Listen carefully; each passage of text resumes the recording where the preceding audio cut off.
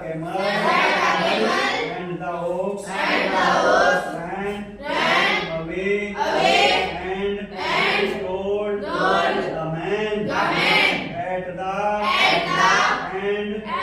of the day. The man called the horse and the dog and the ox together and said, Three, oh three, I am very sorry for you. But that hump king in the desert cannot work, or he would have been here by now. So I am going to leave him alone, and you must work double time to make up for it. That made the three very angry, and they held a panchayat on the edge of the desert, and the camel came shaving could and laughed the dam. Then he said, and went away again.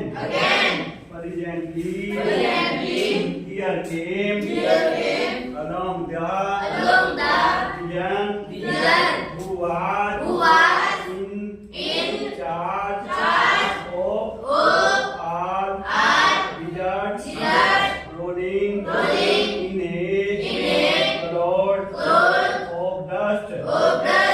Pigeon of all wizards, said the horse, is it right for anyone to the idyll?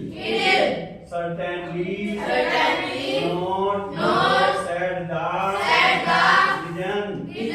When said the horse, yes, a thing in the middle of your desert with a long neck and long legs, and he is not done a stroke of work since Monday morning.